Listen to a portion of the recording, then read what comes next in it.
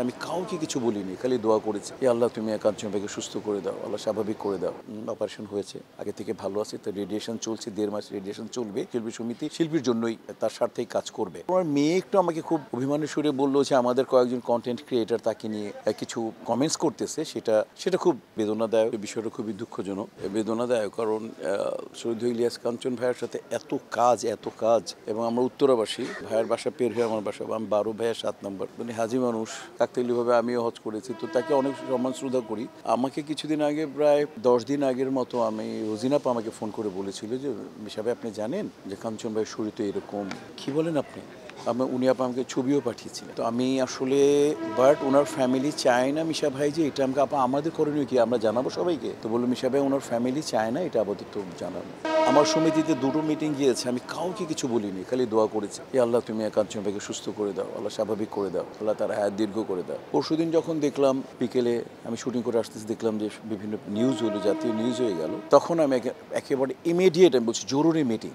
কারণ শহীদ ইলিয়াস কাঞ্চন ভাই এত বড় শিল্পী, এত উঁচু দরের মানুষ, প্লাস হচ্ছে আমাদের শিল্পী সমিতির উনি সাবেক সভাপতি এবং সাবেক অ্যাডভাইজার ছিলেন। তো আমি আর স্থির থাকতে পারিনি। আমি মিটিং করেছি কিন্তু গত 1 সপ্তাহ আগে আমাদের শিল্পী সমিতি। এক্সট্রিম মশার কয়েল প্ল্যান্ট ফাইবার দিয়ে তৈরি, তাই সহজে ভাঙে না, সুগন্ধিযুক্ত ও নিরবিচ্ছিন্নভাবে জ্বলে। ডেঙ্গু, চিকুনগুনিয়া বাহি সহ যে কোনো মশার বিরুদ্ধে দেয় এক্সট্রিম সুরক্ষা। এরপর আমি বললাম যে আমাদের এখন দায়িত্ব যিনি পালন করতেছেন তিনি হচ্ছেন আরমান ভাই।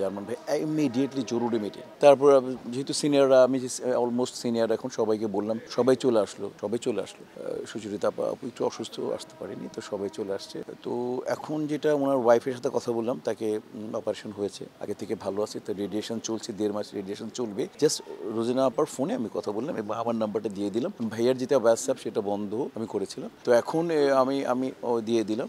এবং তোমার মেয়ে একটু আমাকে খুব অভিমানের সুরে বললো যে আমাদের কয়েকজন কন্টেন্ট ক্রিয়েটার তাকে নিয়ে কিছু কমেন্টস করতেছে, সেটা খুব বেদনাদায়ক, এবং এটা আমি নিন্দাই প্রকাশ করলাম যে আসলে যখন কোনো মানুষের ব্রেইন টিউমার ধরা পড়লো, অপারেশন হয়েছে, সেই লোকটা কি অবস্থায় আছে, এখন সে বিগত জীবনে কে কি করলো, কার সাথে কি করলো, এই মুহূর্তে এটা বলা তো মানে একেবারে উদ্দেশ্য প্রণোদিতভাবে বলা। এবার আমার মনে হয় আমি আপনাদের মাধ্যমে যারা করছেন তাদেরকে আমি এ ব্যাপারে আমি অনুরোধ করব, বিনয়ের সাথে অনুরোধ করব, যাতে এই বিষয় থেকে তারা সরে আসুক, তারা যাতে এরকম না করুক। যদি তারা এরকম করতেই থাকে, তাহলে শিল্পী সমিতির করণীয় কি আছে? তাহলে শিল্পী সমিতি কিন্তু শিল্পীদের পাশে থাকাটাই থাকবে, এবং শিল্পী সমিতি শিল্পীর জন্যই, তার স্বার্থেই কাজ করবে। হ্যাঁ, আমরা মানিক ভাইয়ের জন্য দোয়া করেছি।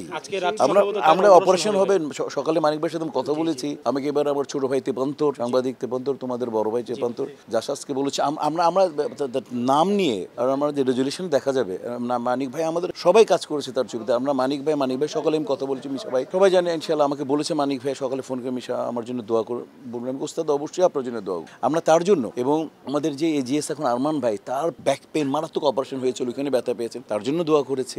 মানে আমরা আমাদের নতুন আপার হাজব্যান্ড, আমাদের জেমসের বাবুল ভাই, বাবুল ভাই আমাদের শ্রদ্ধেয় বড় ভাই, উনি অসুস্থ, তার জন্য দোয়া করেছি, নাম নিয়ে একেবারে। মানিক ভাইকে আমরা দেখবো, দোয়া করেছি, আমরা যাব আমাদের মতো, যা প্রত্যেকে বলেছি, যারা ব্যক্তিগতভাবে সম্পর্ক, সবাই যাবে। শিল্পী সমিতি এটার জন্য দোয়া করেছে, কোরআন তেলাওয়াত থেকে তেলাওয়াত করা হয়েছে, তো সবার জন্যই, আর অন্যান্য সবার জন্যই। তো ওনাকে আমরা ফিনান্সিয়ালি কোনো কথা বলে আমাদের এই পর্যন্ত হয়নি।